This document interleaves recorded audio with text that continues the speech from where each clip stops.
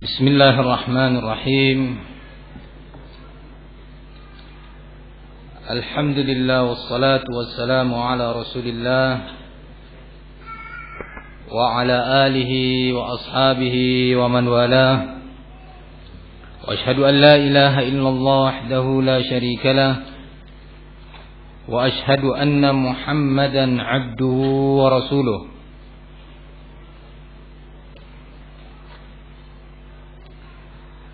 Ikhwani fid din, rahimani wa rahimakumullah.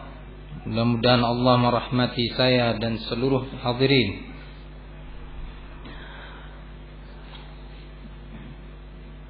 Pada kajian pagi tadi kita membahas sekelumit dengan bentuk pembahasan yang sangat singkat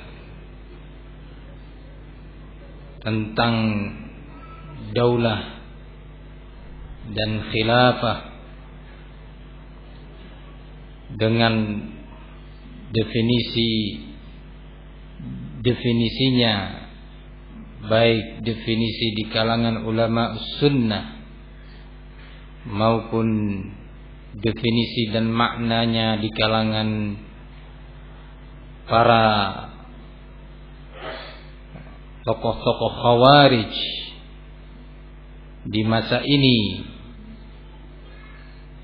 Dan kita telah mengetahui hadis-hadis Rasulullah sallallahu alaihi wasallam yang membimbing umat ini, mentarbiyah umat ini dengan cara tarbiyah yang 180 derajat berbeda dengan cara tarbiyahnya para provokator teroris di masa ini khususnya dan juga pada masa-masa sebelumnya.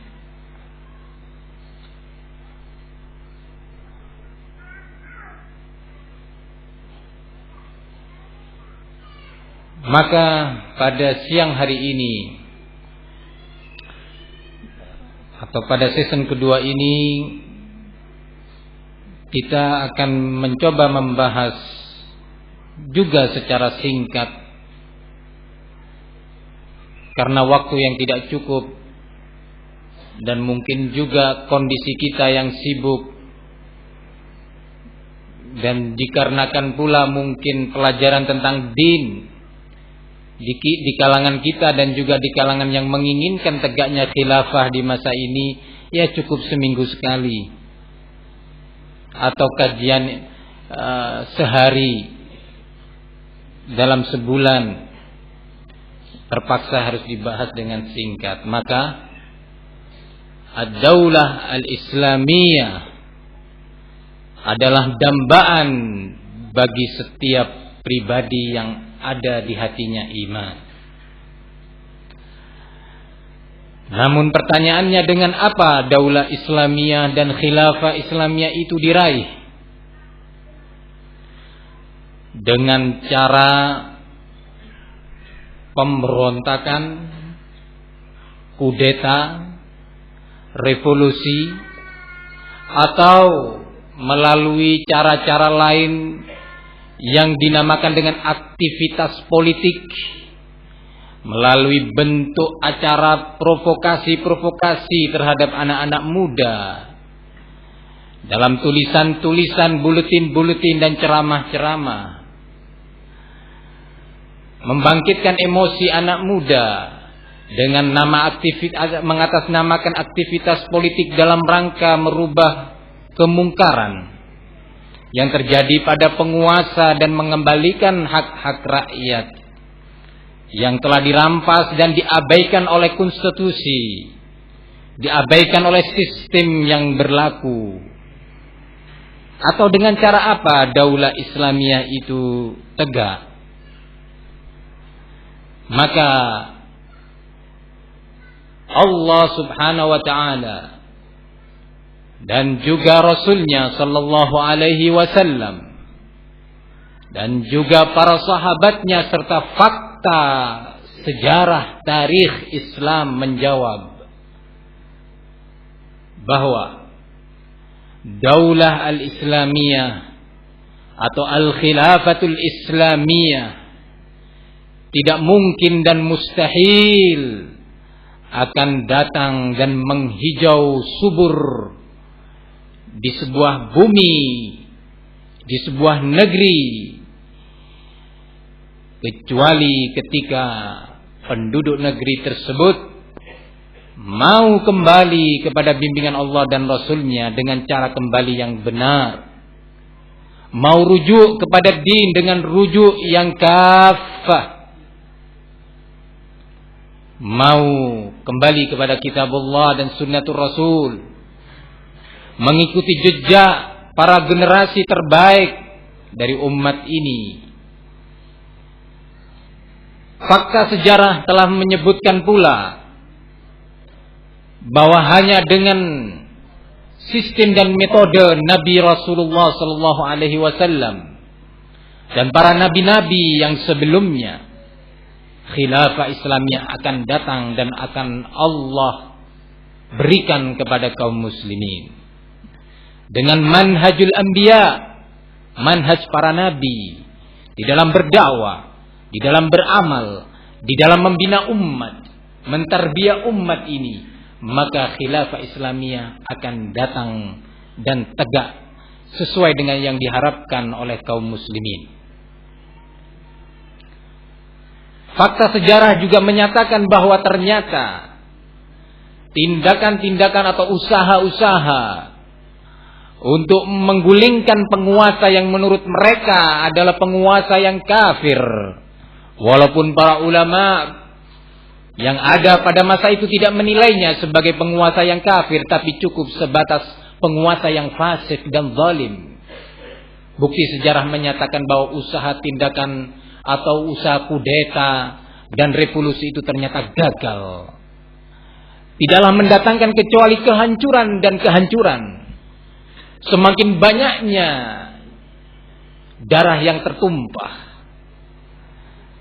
Belum lupa dari ingatan kita peristiwa yang terjadi ketika Al-Hajjaj bin Yusuf Al-Thaqafi berkuasa, ketika Ibnul Ash'as bergerak melakukan usaha kudeta terhadap penguasa yang zalim pada waktu itu.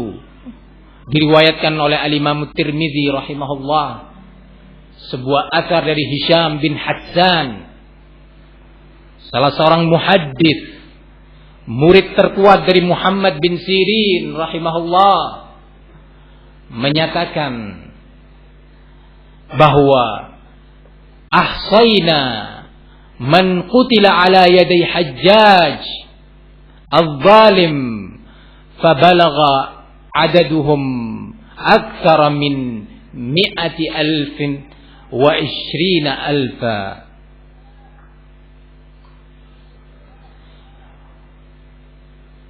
Setelah kami adakan sensus atau penghitungan jumlah korban yang dibunuh oleh Hajjaj bin Yusuf Al-Thaqafi dari kalangan ulama dan orang-orang saleh pada waktu itu, muhadditsin yang dibunuh pada waktu itu, bukan dai, bukan orator yang dibunuh oleh Hajjaj, bukan sekedar aktivis pergerakan biasa di zaman ini yang gak mengerti tentang tata cara berwudu yang benar, tidak mengerti apa itu tauhid secara rinci, tidak mengerti istri-istri mereka bagaimana itu hukum-hukum tentang nifas dan haid. Bukan. Para ulama dibunuh oleh Hajjaj bin Yusuf yang zalim. Melebihi dari jumlah 120.000 kepala telah dipenggal.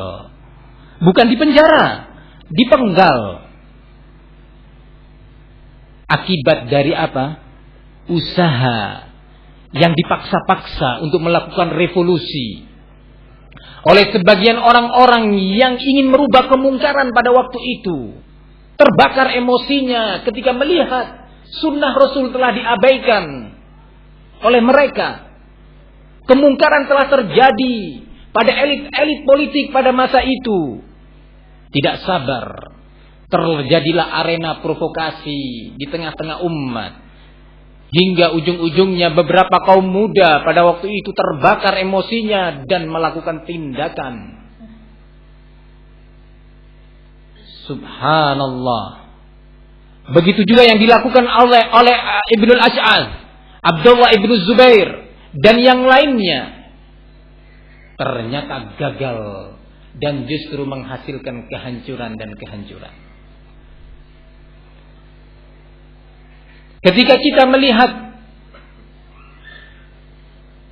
di sisi lainnya, pihak-pihak yang ingin katanya menegakkan dan mewujudkan khilafah Islamiyah di bumi Allah dengan menempuh jalur-jalur politik,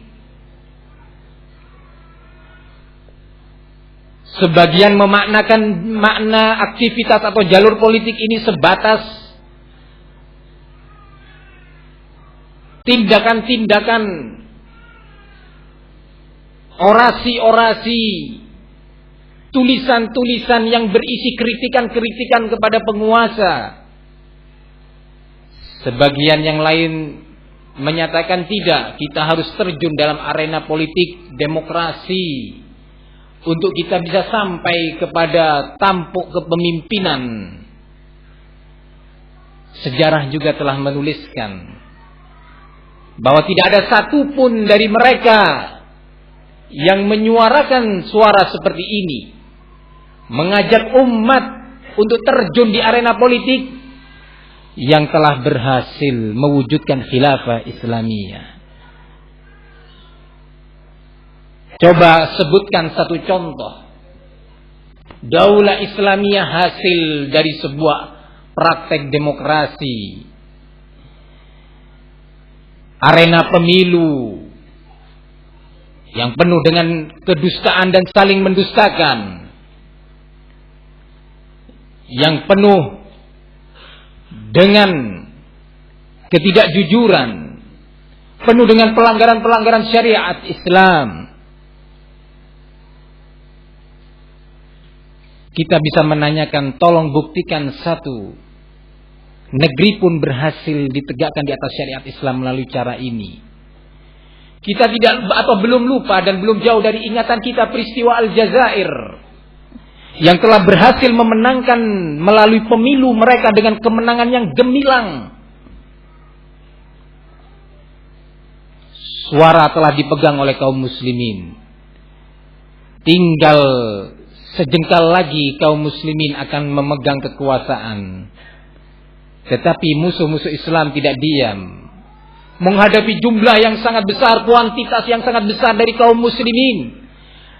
Di mana ketika Syekh Al-Albani rahimahullah, muhaddits kaum muslimin di zaman ini, di era ini, menyatakan ketika ditanya, bagaimana Syekh tanggapan Anda tentang keberhasilan kaum muslimin di Aljazair merebut suara mutlak dengan kemenangan yang gemilang, dengan nada yang rendah, dengan dua kalimat atau dua kata, dijawab oleh Syekh, raghwatu al-faqaqi'.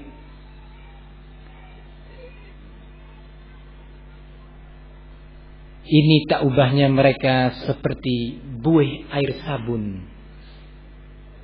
Diam Syekh Al-Albani. Yang bertanya pada waktu itu menceritakan, kenapa Syekh menyatakan bahwa mereka itu tak ubahnya seperti buih air sabun? Saya sempat terpukul dengan jawaban Syekh. Kenapa Syekh tidak sejenak menahan perkataan ini untuk menghargai jerih payah saudara-saudara kita di Aljazair yang telah dengan gemilang memenangkan suara dalam pemilu melalui arena atau pesta demokrasi. Untuk minimalnya jaga perasaan. Subhanallah, seorang alim yang tidaklah dia berbicara kecuali didasarkan kepada hujjah. Tidaklah dia bersikap kecuali benar-benar di atas basirah, pengetahuan tentang dinil Islam, sehingga dia kokoh walaupun orang yang di sekitarnya secara keseluruhan menyelisihi dia.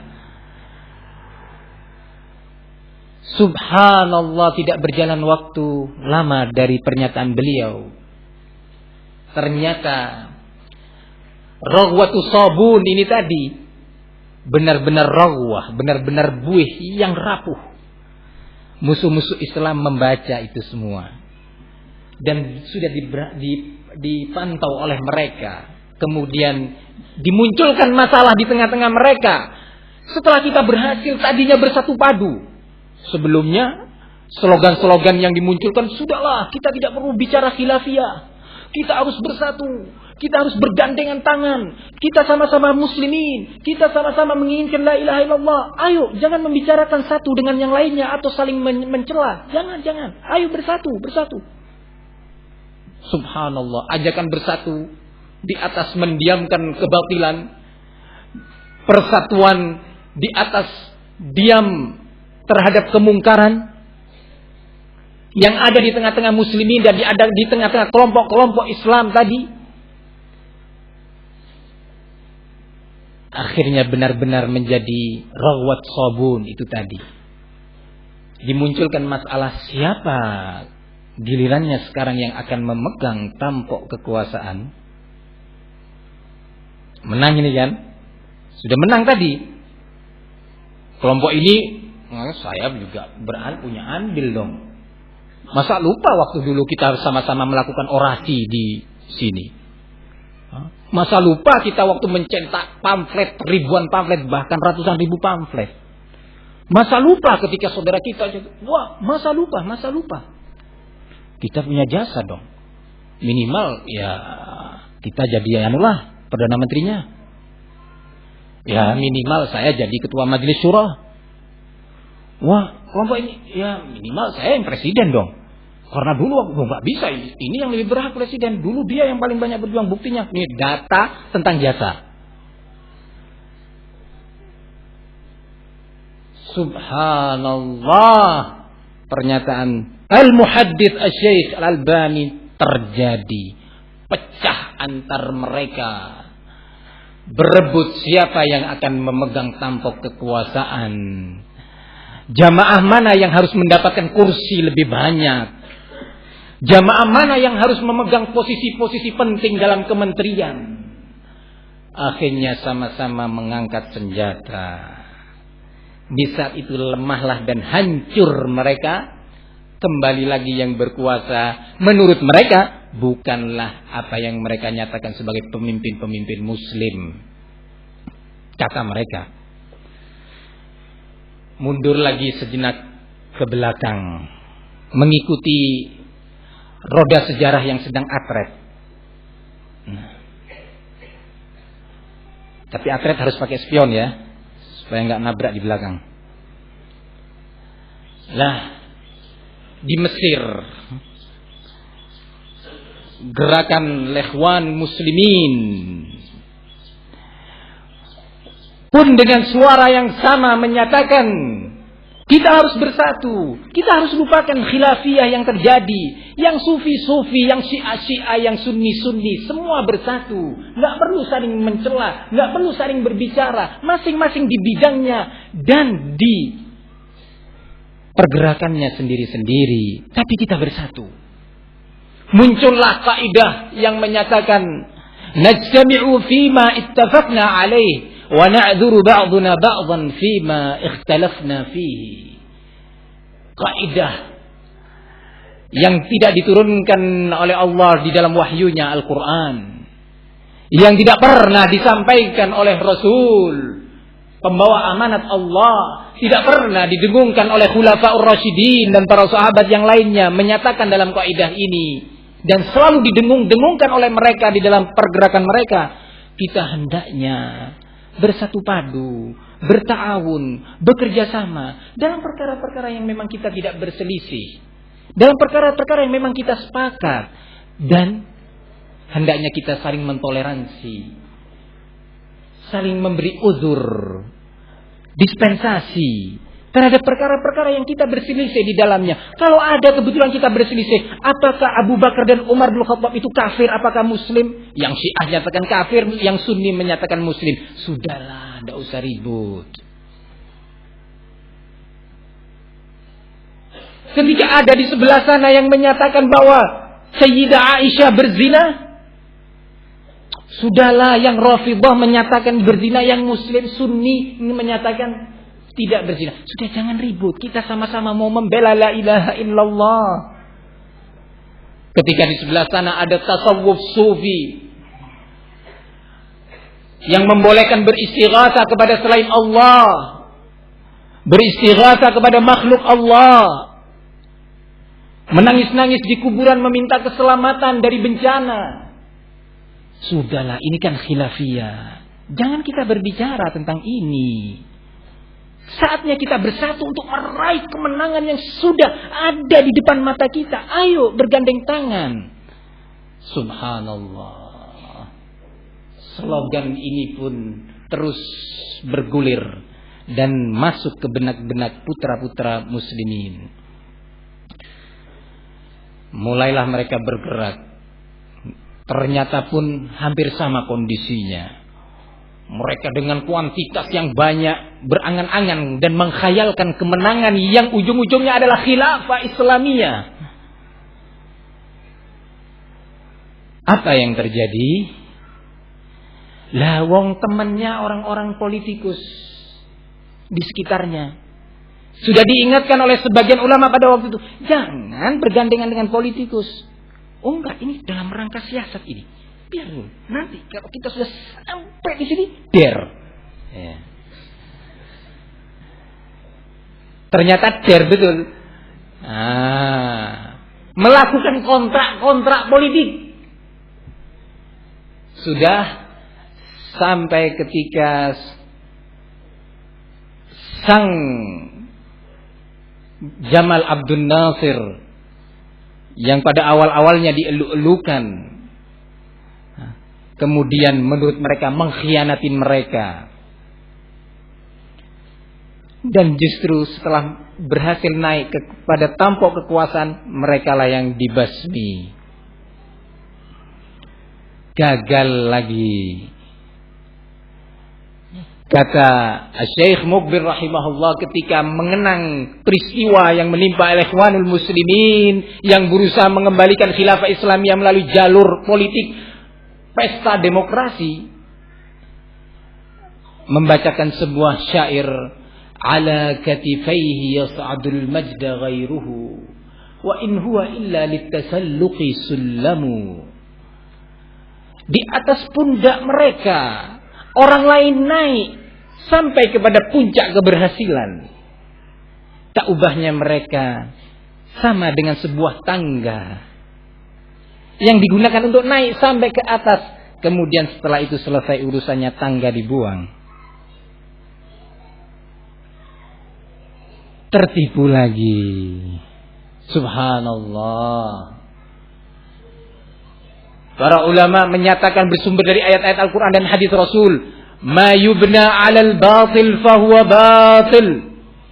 Suatu perkara yang didasari pondasinya itu adalah kebatilan, pasti ke atasnya itu adalah batil. Para hadirin yang saya muliakan, lah orang-orang yang tadi saya sebutkan di negeri ini juga, yang dia menyatakan bahwa cara berpikir dia dan pola berpikir dia serta jiwa mereka dia lebih banyak diwarnai oleh buku semacam Keajaiban Berjiwa Besar, karangan siapa tadi? David G. ya. Nah, orang Amerika sana. Isinya filsafat. Bagaimana seorang sampai kepada keberhasilan? Jangan minder, harus optimis, harus begini. Jadikan lawan bicara Anda itu begini. Jadikanlah orang di sekitar Anda sebagai begini. Filsafat. Tidak menyebutkan ayat. Bagaimana mau menyebutkan ayat atau hadis wong dia kafir? Lah ini apa tadi judulnya? The Magic of Thinking Big. Ya, lupa bahasa Madura ini. Nah, yang katanya 4 juta eksemplar telah laku. Wah, luar biasa. Bisa mempengaruhi, mewarnai cara berpikir dia. Kira-kira apa yang akan dihasilkan sebagai produk thinking dia itu, berpikir dia itu? Gimana kira-kira? Apa yang akan muncul? Generasi minder. Generasi yang minder terhadap produk-produk kafir. Ikhwani fid din, azzani Allah wa iyyakum, tidak ada jalan lain kecuali kita kembali kepada apa yang dinyatakan oleh Al-Imam Malik rahimahullah, la yusliha amra hadhil ummah illa bima saluha bihi awwaluha.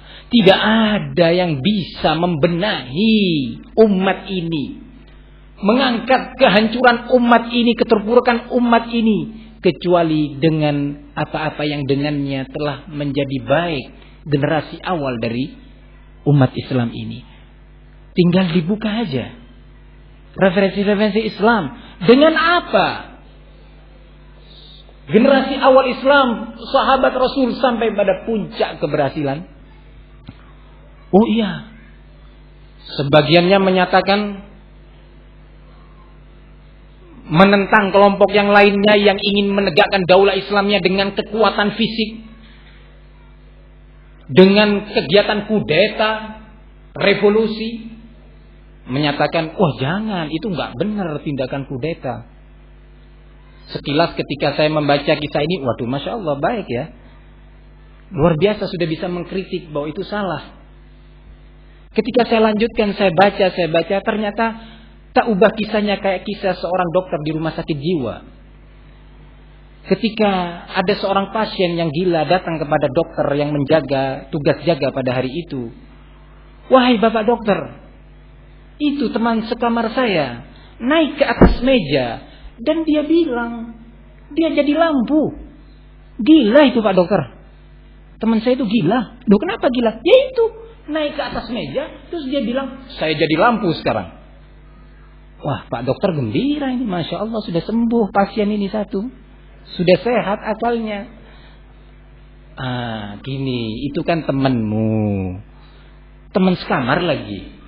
Ya mbok kamu nasehatin, jangan naik ke atas meja nanti jatuh, suruh turun. Jangan Bapak dokter, jangan boleh dia turun. Bagaimana kalau dia turun nanti gelap? Lo podo sawaun bisawa katanya, sama saja, ternyata lebih parah. Nah setelah saya baca, saya ingat kisahnya Bapak dokter yang tugas jaga di rumah sakit jiwa pada waktu itu. Kisahnya ini saya baca, itu nggak benar, itu tindakan-tindakan fisik, teror fisik, kudeta, revolusi, angkat senjata, nggak benar. Kenapa nggak benar?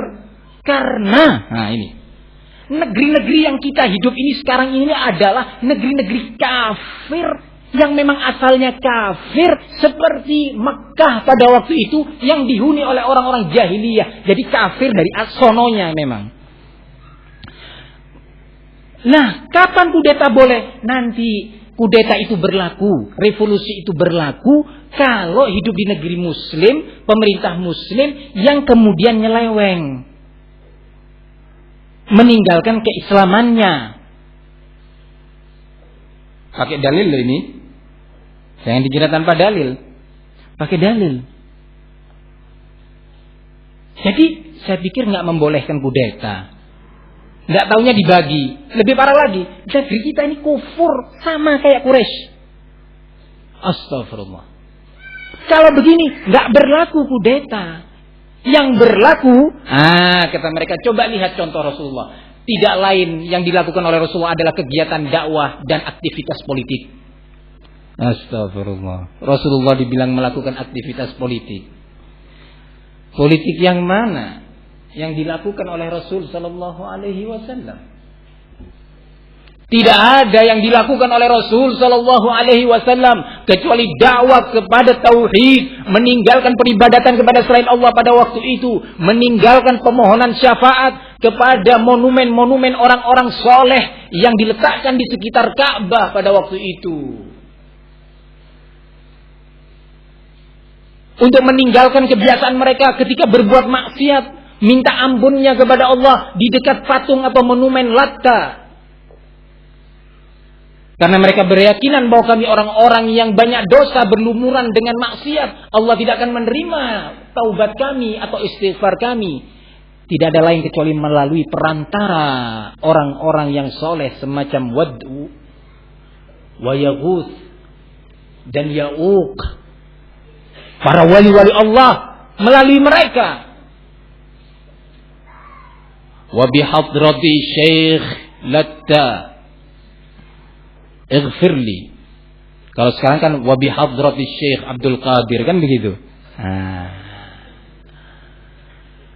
Atau ada lagi melalui Rasul, ya Rabbi bil Mustafa balligh maqasidana. Ya Allah, melalui perantara kedudukan Mustafa yaitu Muhammad sallallahu alaihi wasallam, ampuni dosa-dosa kami. Kalau enggak pakai perantara ya enggak nyampe istighfarnya. Ini yang didakwakan oleh Rasul sallallahu alaihi wasallam. Tidak pernah Rasulullah melakukan kontrak politik untuk bisa mendapatkan kedudukan di dalam pemerintahan Quraisy pada waktu itu. Padahal kalau Rasulullah mau, Rasulullah itu keturunan bangsawan. Keturunan Bani Hashim, dan bukan sembarangan dari kalangan Bani Hashim.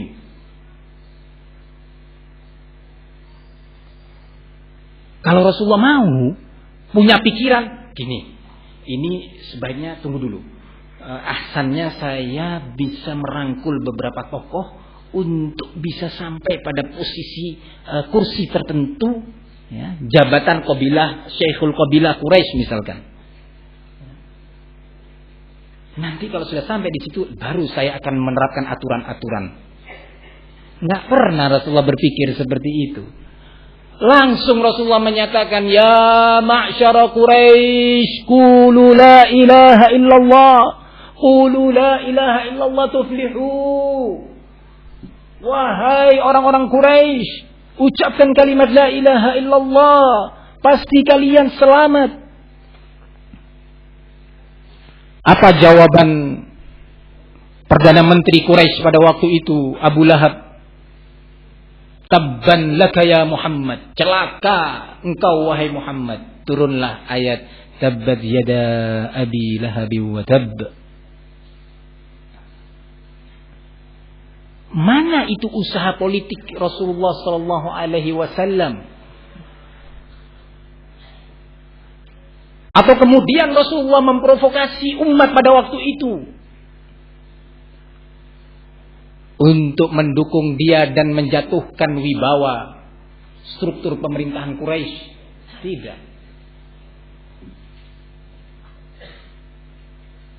Ada sebuah metode yang dilontarkan oleh mereka-mereka yang selalu berfilsafat, ya, karena bukunya yang dibaca ya buku-buku seperti tadi itu. Di antara metode atau strategi untuk meraih kemenangan di dalam pesta demokrasi ini adalah bagaimana kita bisa merekrut tokoh-tokoh dan elit-elit di berbagai bidang, elit di bidang ekonomi, elit di bidang politik, elit di bidang sosial kemasyarakatan, elit di bidang pertahanan, elit di bidang, terus bagaimana kita bisa mengembangkan ini. Wah, jangan kan. Nanti konsekuensinya kita akan jatuh pada perbuatan-perbuatan yang melanggar syariat Allah. Dipaksa kita untuk menyatakan begini atau kita berbasa-basi dalam hal ini. Oh, enggak apa-apa, ini demi maslahah, demi tujuan target yang kita inginkan. Coba kita lihat bagaimana Rasulullah sallallahu alaihi wasallam. Pernahkah Rasulullah melakukan cara seperti ini? Pernah Rasulullah berharap suatu hari Rasulullah sedang menceramai beberapa elit politik Quraisy, kalau mau diberi nama elit politik, ya, silahkan mau diberi nama itu. Kita sedang berbahasa dengan bahasanya mereka ini sekarang. Ketika Rasulullah enak-enak bicara, tiba-tiba datang seorang yang buta, Abdullah ibni Ummi Maktum, ingin bertemu kepada Rasulullah. Ini Rasulullah sedang menceramai mereka, sedang menjaring mereka untuk bisa ikut kepada din, bisa menerima la ilaha illallah. Turun ayat abasa wa tawalla an ja'ahul a'ma wa ma yudrika la'allahu yazzakka. Ketika Rasulullah bermuka masam, Rasulullah sedang enak-enak bicara, tiba-tiba Abdullah ibn Maktum, seorang sahabat di antara yang masuk Islam pertama kali, generasi awal dari kalangan sahabat, datang ingin bertemu kepada Rasulullah, ingin bertanya tentang ad-din, ingin bertanya tentang agamanya. Tapi Rasulullah sempat beristihad menyatakan, ini di depan saya orang-orang penting. Rasulullah sempat berpaling. Turunlah ayat abasa wa tawalla, bermuka masam dan berpaling, ditegur Rasulullah. Suruh tinggalkan itu, elit-elit politik itu. Nggak ada perhitungan-perhitungan seperti itu. Sampaikan kepada mereka al-haq, imma mereka menerima atau tinggalkan mereka. Jangan sampai mengorbankan orang-orang yang seperti Abdullah ibn Maktum. Ditegur Rasulullah sallallahu alaihi wasallam dari langit oleh Allah Subhanahu wa taala. Atas dasar itu, para hadirin yang saya muliakan, sampai hari ini kita menyatakan tolong buktikan satu negara yang telah berhasil dibentuk dengan syariat Islam melalui arena pemilu. Kita maju lagi ke depan, habis tadi atlet maju lagi ke depan. Tapi jangan lupa personelnya masukkan, pindah dari atlet ke personel yang satu. Supaya bisa maju. Ya. Negara yang selalu dielu-elukan oleh salah satu tokoh teroris zaman ini semacam Salman Al-Auda, yaitu negara Sudan, yang dipuja-puji sebagai negara Islam, hasil dari pemilu yang dimenangkan oleh mereka, yang dipimpin oleh Umar al-Bashir dan Hasan at-Turabi, salah satu tokoh Ikhwanul Muslimin di Sudan. Coba kita lihat, betulkah berhasil di pemerintahan Sudan yang di majelis kementeriannya terdapat lebih dari 10 menteri Nasrani? Oh, demokrasi dong, harus memberi kebebasan. Yang ketika Paulus Yohanes datang ke Sudan disambut meriah oleh mereka dan berdiri salib lebih dari 12 meter di negeri Sudan. Ini yang dipuja-puji oleh Salman Al-Auda, tokoh teroris Khawarij di masa ini, yang buku-bukunya dan kaset-kasetnya tersebar di negeri kita, termasuk dalam bentuk terjemahan. Kira-kira khilafah Islamiyah yang seperti apa yang diinginkan? Atau yang juga mereka puja-puji, Daulah Islam Iran, hasil revolusi Iran yang dipimpin langsung oleh tokoh dedengkot terbesarnya Khomeini, Ayatul Syaitan Khomeini, yang menyatakan bahwa statement-statement para imam-imam Syiah yang 12 itu nilainya sama dengan wahyu Allah. Itu daulah Islam. Alhamdulillah pemimpin kita di negeri ini belum pernah ada yang menyatakan bahwa mungkin Undang-Undang Dasar 45 itu sama nilainya dengan Al-Quran. Ini dengan tegas menyatakan bahwa statement-statement dan aturan-aturan para imam kami, yaitu Syiah Rafidhah, sama nilainya dengan nas-nas Al-Quran. Apakah itu daulah Islamiyah yang dipimpin oleh seorang Khomeini, ayat syaitan, yang kemudian kaset-kasetnya atau kaset-kaset dari tokoh-tokoh mereka tersebar di negeri ini pada era atau awal-awal 80-an? Kira-kira daulah Islamiyah yang bagaimana yang diinginkan? Sementara jelas-jelas sebuah negara yang didirikan di atas tauhid, diterapkan syariat Islam di sana, waktu sholat toko-toko ditutup, ditegakkan hukum-hukum Islam di sana, dakwah tauhid dihidupkan, yaitu negeri Al-Haramain. negeri dilahirkannya Usamah bin Laden, tokoh teroris terbesar di masa ini, dilahirkan dan dibesarkan di negeri tersebut, dengan tegas menyatakan bahwa negeri ini adalah negeri taghut, negeri kafir yang juga harus diperangi. Kira-kira daulah Islamiyah yang bagaimana yang diinginkan? Subhanallah amma yasifun. Maha suci Allah Subhanahu wa taala. Wa sadaqa Rasulullah, maha benar Rasulullah dalam ucapannya tentang Khawarij, tentang para teroris yang Rasulullah menyatakan yaqtuluna ahlal iman wa yad'una ahlal awthan. Mereka memerangi ahlul iman dan membiarkan ahlul awthan, dari kalangan orang-orang kafir. Ketika tinggal di negeri Islam, ketika tinggal di negeri muslimin, programnya apa? Peledakan-peledakan, teror-teror. Ketika tinggal di London atau tinggal di Birmingham, beberapa tokoh mereka, perlu diketahui para hadirin, salah satu lajnah amar ma'ruf nahi mungkar atau lajnah nasihat yang di sana ada Usamah bin Laden, salah satu tempat markasnya adalah di Birmingham. Ketika tinggal di situ ditanya, kenapa Anda tidak melakukan jihad di sini? Kenapa Anda tidak melakukan teror? Yang jelas di depan Anda orang-orang kafir kok, di negeri kafir lagi. Oh jangan, ini dalam rangka kemaslahatan. Kita tunda dulu.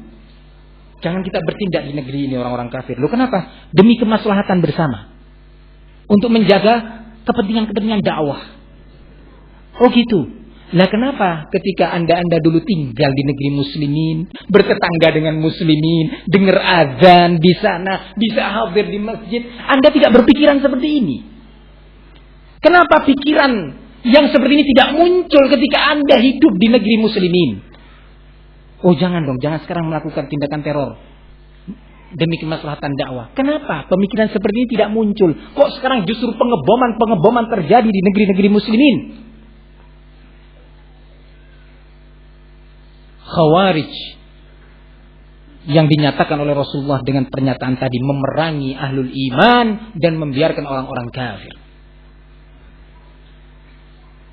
Maka tidak ada jalan lain, khilafah itu akan muncul dan akan Allah berikan kepada kita semuanya umat Islam ketika umat Islam telah memenuhi syarat janji yang Allah janjikan.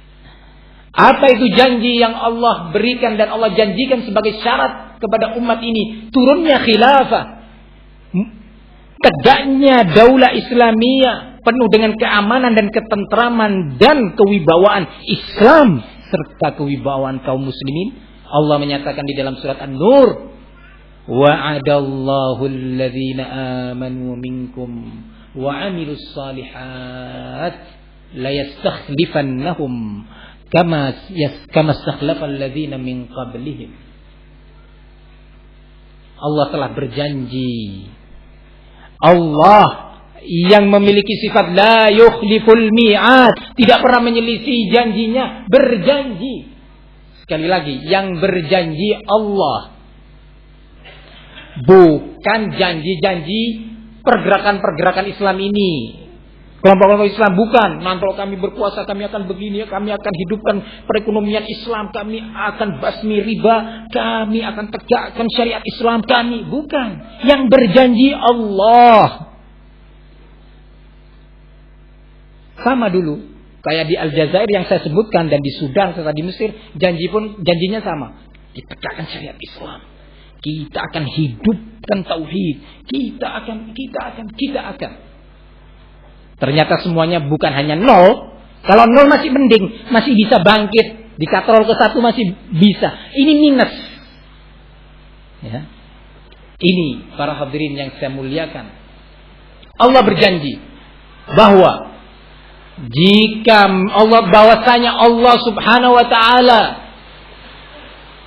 berjanji kepada kaum mukminin yang beriman, Sabar, hujan yang datang bukan serangan amunisi pesawat Amerika. Jangan khawatir. Nah, kepada orang-orang yang beriman dengan sebenar-benar iman. Iman kepada setiap perkara yang diwajibkan oleh Allah untuk beriman. Bukan kemudian kayak akidahnya Mu'tazilah yang mengingkari takdir Allah. Tidak mungkin Allah mewujudkan khilafah kalau ternyata masih didapati di sana pengingkaran-pengingkaran terhadap perkara-perkara iman. Apa mungkin Allah akan mewujudkan janjinya kepada sebuah pergerakan yang sebagian tokoh-tokohnya berpikiran dengan pemikiran qadariyah yang mengingkari takdir Allah Subhanahu wa taala? Apa mungkin Allah akan mewujudkan janji khilafahnya kepada umat ini, kepada sebuah pergerakan yang di antara tokoh-tokohnya menolak hadis-hadis Rasul sallallahu alaihi wasallam dengan hujjah bahwa itu adalah hadis ahad? Kalau hadis ahad berarti tidak bisa dijadikan dasar dalam perkara akidah, sehingga sebagian tokohnya mengingkari azab kubur, mengingkari kebenaran terjadinya azab kubur karena dasar hukumnya adalah hadis ahad.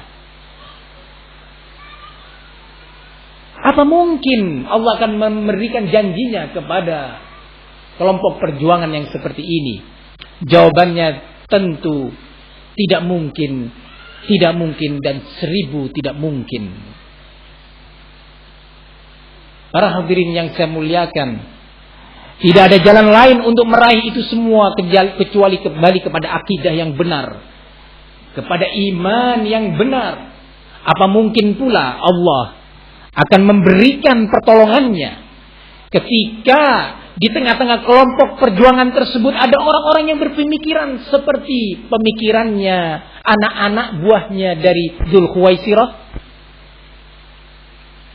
yang mengkafirkan kaum muslimin, yang menyatakan tidak ada lagi masyarakat muslim di muka bumi ini, sehingga dihimbau kepada muslimin yang tersisa untuk tinggal di rumah-rumah masing-masing, nggak bisa hadir sholat jamaah dan tidak boleh hadir sholat Jumat karena itu bukan masyarakat muslimin. Dan seterusnya. Apa mungkin Allah Subhanahu wa taala mewujudkan, merealisasikan janjinya dalam bentuk adanya khilafah bagi kaum muslimin di tangan kaum muslimin? Jawabannya mustahil, mustahil. Apa mungkin pula Allah Subhanahu wa taala akan mewujudkan janjinya ketika ternyata di dalam pergerakan kelompok-kelompok Islam tersebut masih ada orang-orang yang berakidah bahwasanya Allah Subhanahu wa taala bersemayam di tubuh makhluk-makhluknya, atau orang-orang yang berkeyakinan bahwa Allah Subhanahu wa taala tidak beristiwa di atas arasnya, berkeyakinan bahwa Al-Quran itu makhluk bukan kalamullah, dari akidah Jahmiyah. Apa mungkin Allah merealisasikan janjinya? Maka para hadirin ikhwani fid din, a'azzani Allah wa iyyakum, Syekh Abdul Aziz bin Baz rahimahullah dan Syekh Al-Albani rahimahullah menegaskan bahwa ketika menjelaskan tentang hadis bahwasanya sumber kebaikan bagi umat ini, sumber kejayaan bagi umat ini adalah ar-ruju' ila din, kembali kepada prinsip-prinsip agama. Beliau menyatakan tidak mungkin seorang pribadi atau sekelompok masyarakat kembali kepada prinsip-prinsip agama yang bisa menjanjikan kemenangan, menjanjikan keberhasilan bagi kaum muslimin kecuali dengan ilmu. Bagaimana umat ini bisa kembali kepada akidah yang benar? Akidah yang menyesatkan untuk kemudian dia tinggalkan menuju kepada akidah yang hak. Kalau dia tidak punya ilmu, dia tidak mau bersabar duduk bersimpuh di masjid-masjid Allah, mendengarkan qala Allah, qala Rasulullah. Berkata Allah, berkata Rasulullah, berkata Khulafa'ur Rasyidin, berkata sahabat Rasul, berkata Ibnu Abbas, berkata Ibnu Mas'ud, berkata Aisyah, berkata Imam Syafi'i, berkata Al-Imam Ahmad. Yang lebih didengar di majlis-majlis muslimin, bahkan di mimbar-mimbar Jumat, kata-kata filsafat dari tokoh-tokoh filsafat semacam Ibnu Arabi, tokoh-tokoh filsafat semacam Aristoteles, dikumandangkan di atas mimbar muslimin. Bukan itu, tetapi duduk bersimpuh di majlis-majlis ilmu, di majlis-majlis Al-Quran dan hadis-hadis Rasulullah Sallallahu Alaihi Wasallam. Mana mungkin seorang pedagang akan selamat dari perdagangan yang diharamkan oleh Allah, atau sistem perdagangan yang diharamkan oleh Allah, untuk kembali kepada sistem yang benar, yang sesuai dengan syariat Islam, yang didengung-dengungkan oleh mereka, kalau mereka tidak berilmu? Bagaimana seorang politikus bisa mengarahkan dan membina negeri ini menjadi baik, menjadi generasi yang terpuji, kalau mereka tidak mengerti ilmu? Bagaimana tokoh-tokoh pergerakan itu bisa membina umat kalau mereka tidak mengerti kalau Allah, kalau Rasulullah? Maka ilmu adalah kunci utama dari keberhasilan umat ini, kunci utama untuk umat ini bisa menggapai kejayaannya. Sehingga jangan disibukkan para pemuda hanya dengan demonstrasi. Jangan disibukkan para pemuda hanya untuk merekrut anggota. Kemudian diadakan majlis-majlis siriah dengan amir-amir yang harus dibaiat atau diadakan ahad. Jangan disibukkan dengan itu. Sibukkan dengan ilmu syar'i. Tinggalkan cara-cara bid'ah yang tidak diridhoi oleh Allah dan tidak diajarkan oleh Rasulullah SAW dan tidak dikenal oleh para salaful ummah. Ini adalah sekelumit atau kata singkat bagaimana muslimin bisa sampai menggapai daulah Islamiyah atau khilafah Islamiyah, untuk kemudian kita beranjak menjawab beberapa pertanyaan yang sampai kepada saya pada siang hari ini.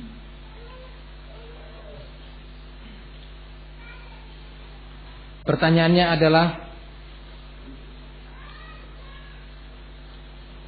apakah ada alasan bagi Rasulullah Sallallahu Alaihi Wasallam kenapa beliau melarang Umar ibnul Khattab memenggal kepala Dzul Khuwaisirah?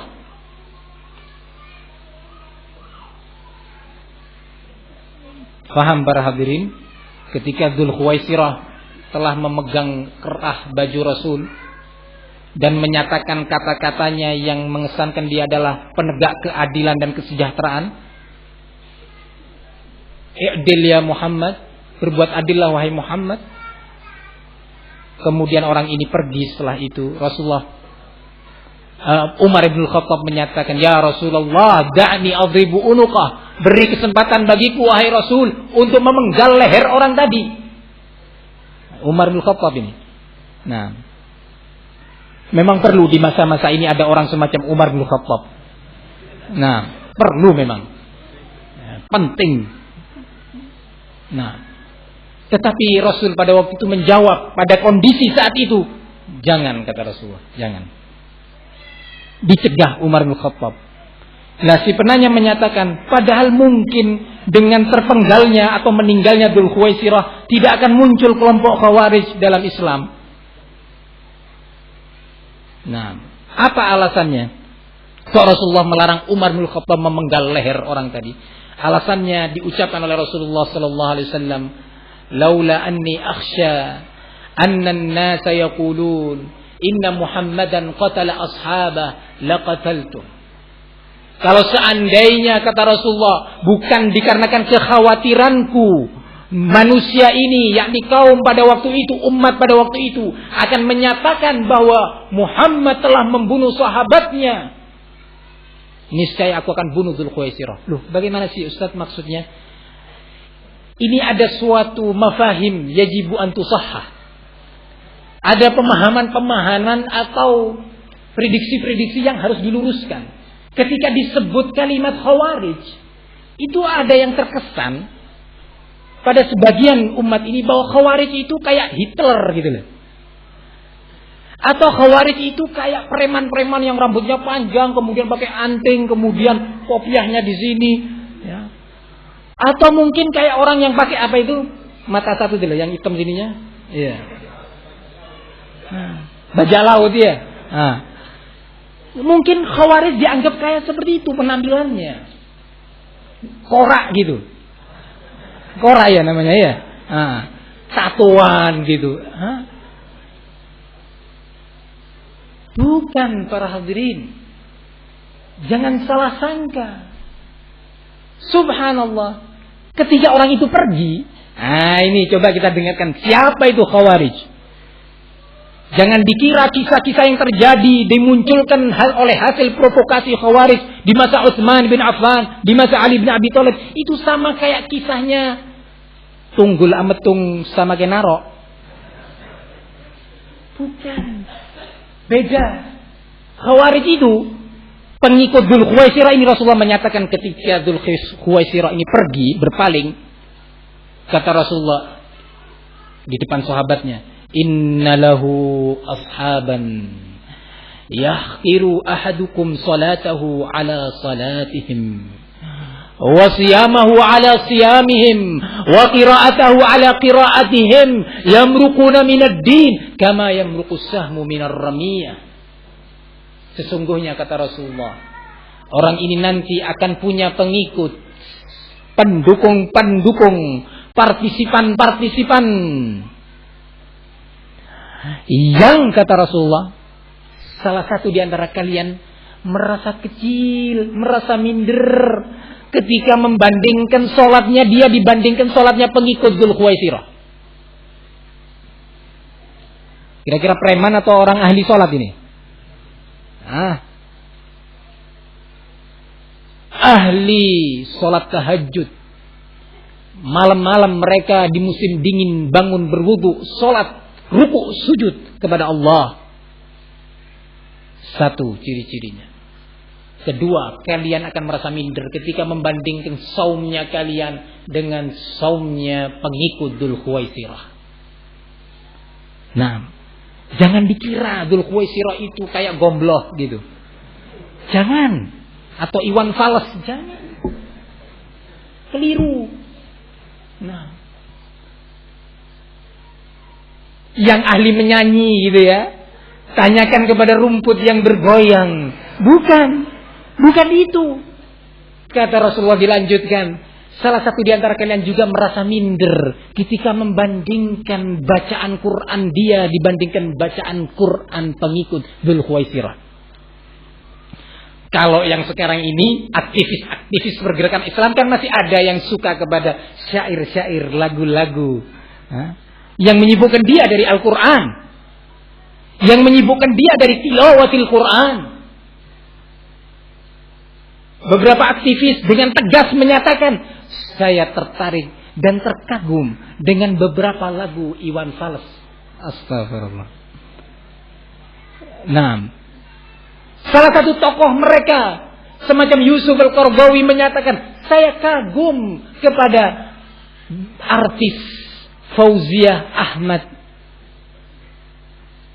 Bukan ini Khawarij generasi awal. Pengikut Dzul Khuwaisirah generasi awal tidak seperti ini. Mereka adalah orang-orang yang menampakkan kesolehan dengan ikhlas dan kesungguhan di wajah-wajah mereka. Para hadirin yang saya muliakan, Apa alasan Rasulullah kok tidak membunuh atau mengizinkan Umar bin Khattab membunuh Dzul Khuwaisirah? Karena Dzul Khuwaisirah adalah seorang yang menampakkan kesolehan, seorang yang selalu beramar ma'ruf nahi mungkar, sampai gak tanggung-tanggung. Rasulullah dengan pembagian pampasan perang yang beliau lakukan dianggap suatu kemungkaran. Gak tanggung-tanggung, berani. Nah, tokoh Khawarij sekarang apa? Berani datengin presiden, pegang kerahnya. Coba datengin. Nah, ini Dzul Khuwaisirah. Ketika dikumandangkan jihad, Dzul Khuwaisirah ada di barisan mujahidin. Jadi ikut berjihad. Nah, ini Dzul Khuwaisirah. Karena kondisi ini, Rasulullah Shallallahu Alaihi Wasallam mempunyai suatu kekhawatiran untuk dibunuhnya Dzul Khuwaisirah pada waktu itu. Namun setelah itu, setelah keadaan telah berubah, Rasulullah mengingatkan sahabatnya untuk berikutnya nanti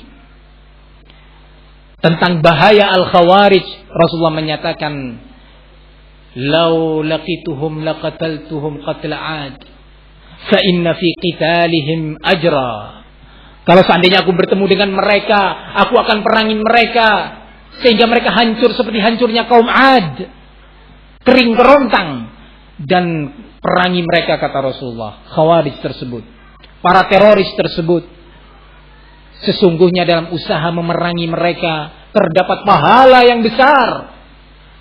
Oleh karena itu ketika Khawarij di masa Khalifah Ma'mun, di masa masa Al-Imam Ahmad melakukan usaha pemberontakan dan provokasi terhadap kaum muslimin, Al-Imam Ahmad pada waktu itu di saat beliau dipenjara oleh penguasanya,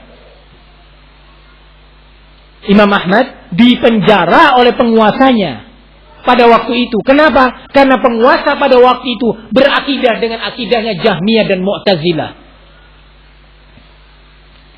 Al-Imam Ahmad tidak mau menerima akidah tersebut sehingga beliau dipenjara. Tetapi beliau tidak memprovokasi umat. Dengan dipenjaranya beliau, tidak kemudian beliau itu membangkitkan emosi kaum muslimin untuk menentang pemimpinnya. Kata Imam Ahmad, sabar, sabar. Ketika ada sekelompok umat datang menemui Imam Ahmad, wahai Imam Ahmad, mereka telah berbuat kemungkaran dan menyebarkan kemungkaran di pelosok negeri. Wahai Imam Ahmad, mereka telah memaksakan kehendak mereka kepada rakyat. Mari kita bangkit, wahai Imam Ahmad. Tinggal tunggu fatwa. Ini yang mau berfatwa Imam Ahmad, yang didengar perkataannya. Apa jawaban Imam Ahmad pada waktu itu? Apa sikap Imam Ahmad menyikapi mereka? Kata Imam Ahmad, sabar. Sudahlah, ingkari kemungkaran ini dengan hati-hati kalian, bahwa hati kalian tidak menerima kemungkaran tersebut. Jangan lebih dari itu. Mereka tidak terima dengan nasihat Imam Ahmad, keluar dari penjara. Selesai menemui Al-Imam Ahmad, tidak berhasil mengambil kata-kata provokasi dari Imam Ahmad, mereka keluar. Dan ketika Khawarij pada masa itu ingin memberontak kepada penguasa yang zalim yang telah memenjara Imam Ahmad, Imam Ahmad justru berfatwa kepada kaum muslimin untuk mendukung pemerintah memerangi Khawarij yang berada di perbatasan negeri Syam pada waktu itu. Sehingga kembali kepada pertanyaan tadi, kenapa dan apa yang mencegah Rasulullah membunuh Dzul Khuwaisirah? Kondisi pada waktu itu, sang Dzul Khuwaisirah yang menampakkan kesolehan, ikut sholat berjamaah, ikut berjuang berjihad, rambutnya berdebu dengan debu-debu pertempuran. Kalau dibunuh akan jadi fitnah. Ternyata Nabi Muhammad membunuh sahabatnya sendiri. Akan jadi kesempatan bagi munafikin untuk melakukan penggembosan terhadap barisan kaum muslimin. Ini jawabannya. Kemudian pertanyaan yang berikutnya, bagaimana jika penguasa memaksa kepada suatu kemaksiatan yang tidak bisa kita hindari lagi? Bagaimana kalau seorang penguasa, tentunya penguasa yang jahat, karena memaksakan kepada kemaksiatan tertentu. Untuk kita melakukan sebuah kemaksiatan, mengucapkan sebuah kata-kata yang mengandung maksiat, mengikrarkan sebuah ikrar yang mengandung pelanggaran kepada syariat Allah. Apa sikap kita? Dari pertanyaan ini kita menyatakan Al-Imam Muslim telah meriwayatkan sebuah hadis dari hadis Abdullah ibni Umar bin Khattab, di mana Rasulullah menyatakan, "Alal mar'il muslim as-sam'u wa ta'ah." Wajib bagi setiap muslim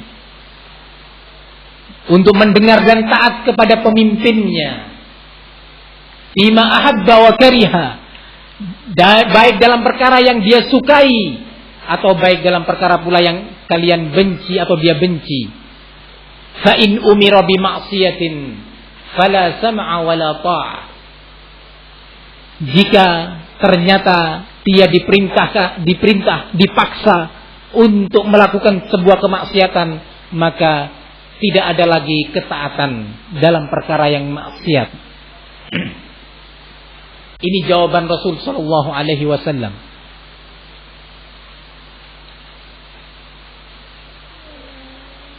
Namun yang perlu diluruskan dan dibenahi adalah jangan kemudian diidentikan penolakan terhadap perintah dari penguasa untuk berbuat maksiat dengan tindakan penentangan dalam bentuk provokasi, dalam bentuk apalagi tindakan fisik. Jangan diidentikan dengan itu.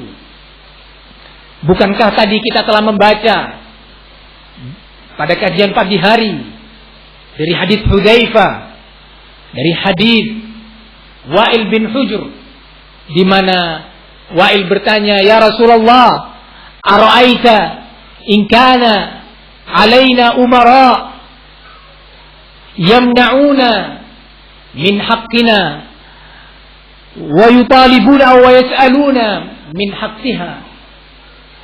Ya Rasulullah, bagaimana petuahmu, bimbinganmu ketika ada pemimpin-pemimpin kami yang berkuasa mencegah kami dari hak-hak kami dan memaksa kami untuk memberikan kewajiban kepada mereka.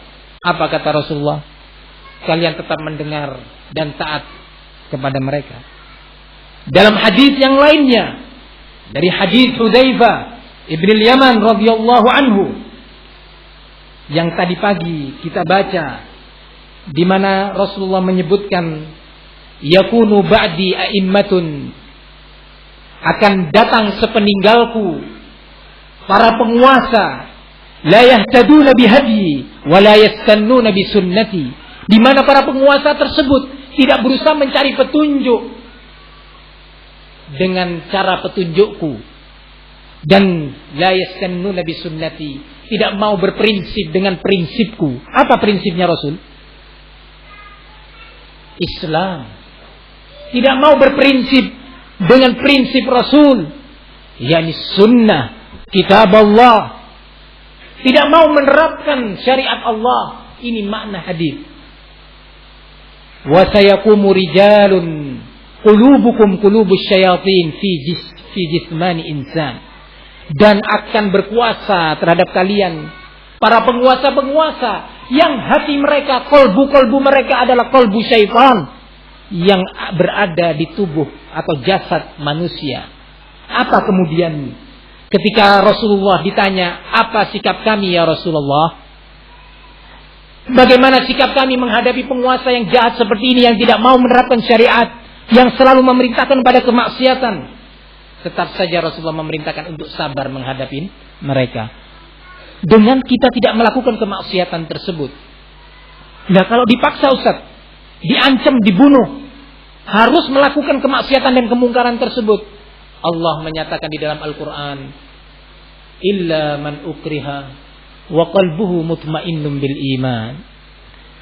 Allah berbicara tentang mereka-mereka yang dipaksa untuk mengucapkan kalimat kufur, kalimat kekufuran dan kesyirikan, dipaksa dan diancam dengan bunuh, diancam dengan ancaman yang dia mungkin tidak tahan untuk menerima ancaman tersebut.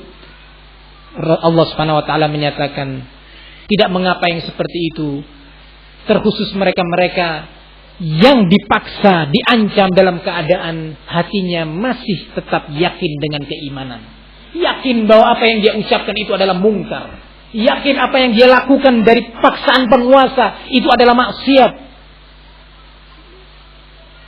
Dalam hadis yang lainnya Rasulullah menyatakan, alaihim ma hummilu wa alaikum ma hummiltum. Mereka para penguasa itu akan ditanya oleh Allah, dimintai pertanggungan jawabannya atas amanah yang diembankan kepada mereka, dan kalian juga akan ditanya oleh Allah tentang amanah yang diembankan kepada kalian. Ini jawaban terhadap pertanyaan kedua. Masih ada pertanyaan-pertanyaan yang lainnya, namun karena waktu yang tidak cukup,